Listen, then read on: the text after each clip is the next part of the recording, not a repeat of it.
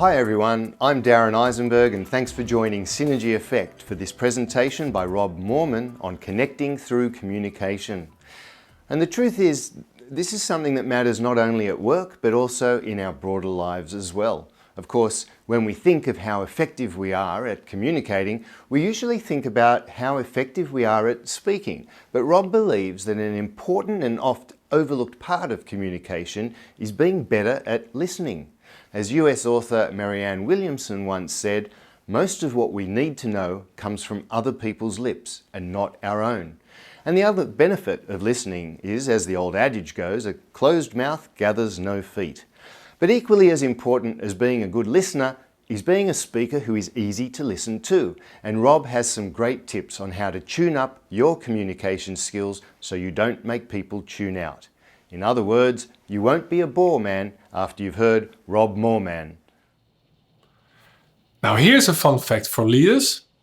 Research on video content shows that about 85% of people are not listening to what you have to say, no matter how true or insightful it might be.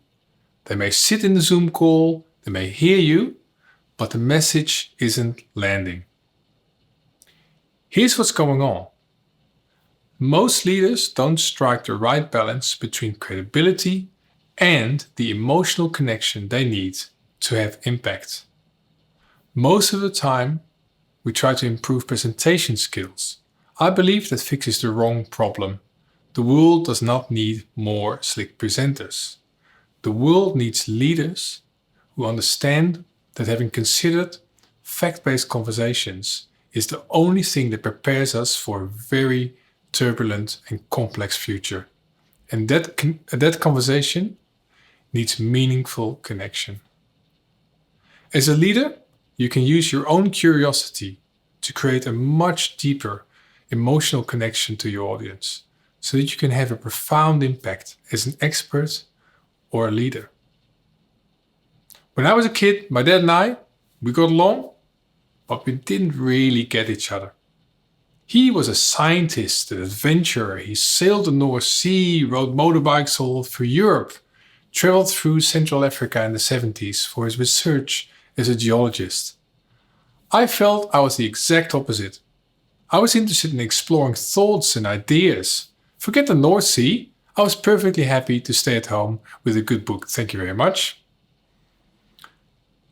I think both of us fell into the same trap. We heard each other, but we didn't really listen.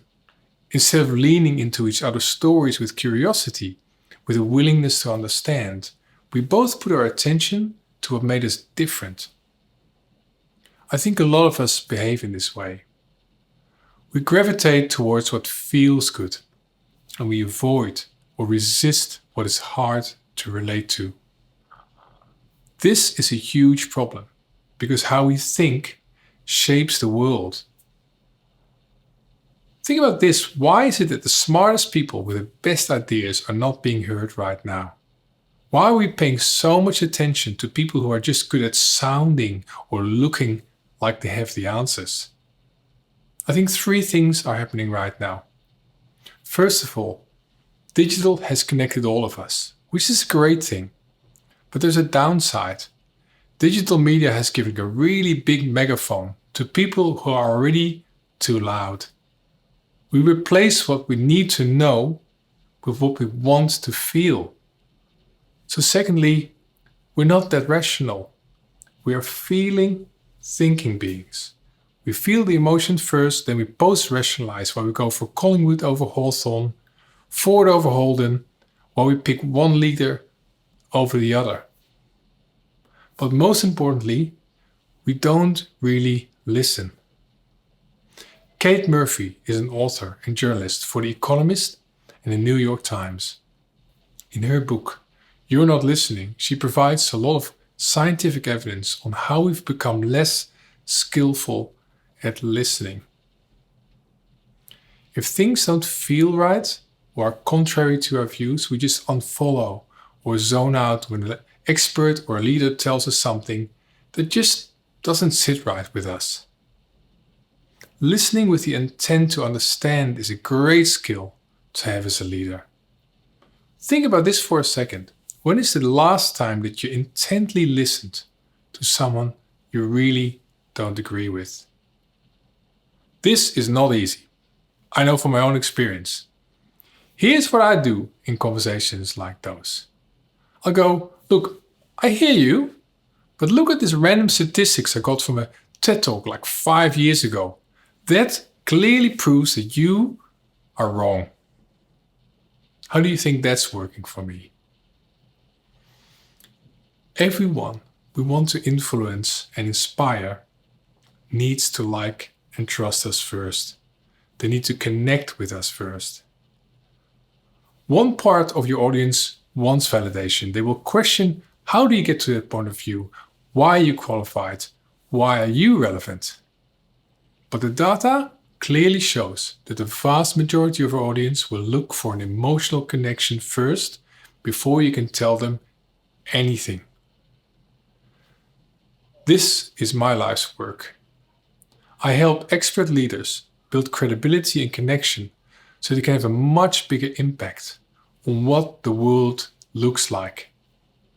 I've interviewed and mentored over 2,000 leaders, and I've learned 2 key things from that. One is, no matter how smart you are, it is impossible to be objective about yourself. And the second thing is, you just don't know what people really feel and think unless you ask.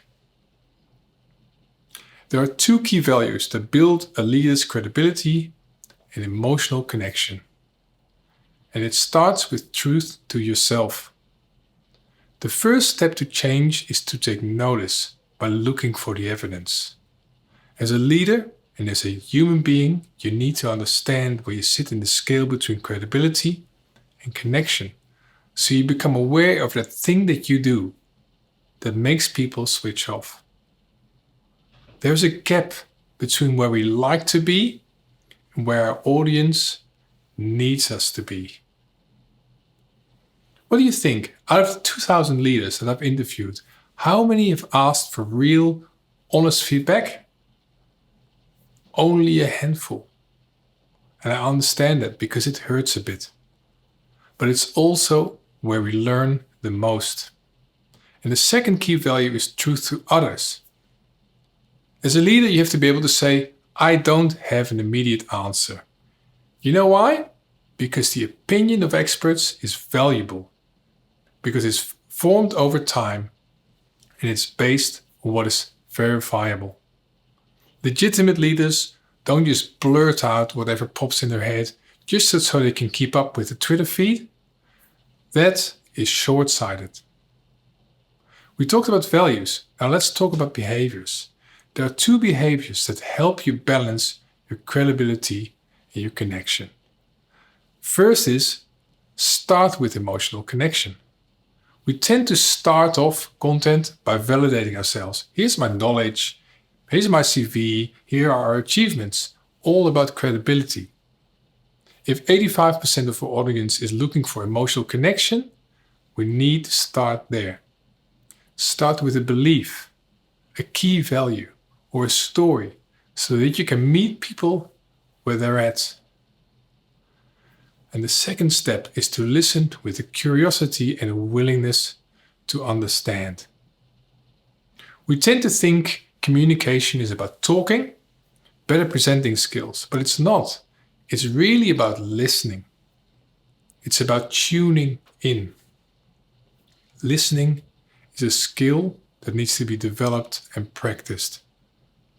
Mandela, Gandhi, Martin Luther King, they all understood that we need to be especially present and attentive towards people we don't agree with, because that's where leaders have most impact. As I grew up, I came to realize that my dad and I, we weren't that different after all. As a geologist, my dad would take a mountain, and for a few years he would drill holes in the mountain and find copper or iron ore or gold. I realized I do exactly the same thing, but now with people. I take the mountain of knowledge and stories that is every single human being, and I go look for the gold. Curiosity has been a huge gift for me. It helps me connect with others. It built the confidence and the skill It allowed me to build a business that I love.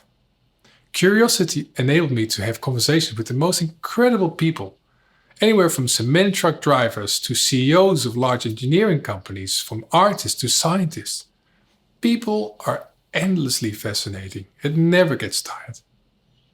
Curiosity and confidence is what I want to pass on to my kids, so they engage with the world with a curiosity to ask great questions and the confidence to know that they can find their own answers.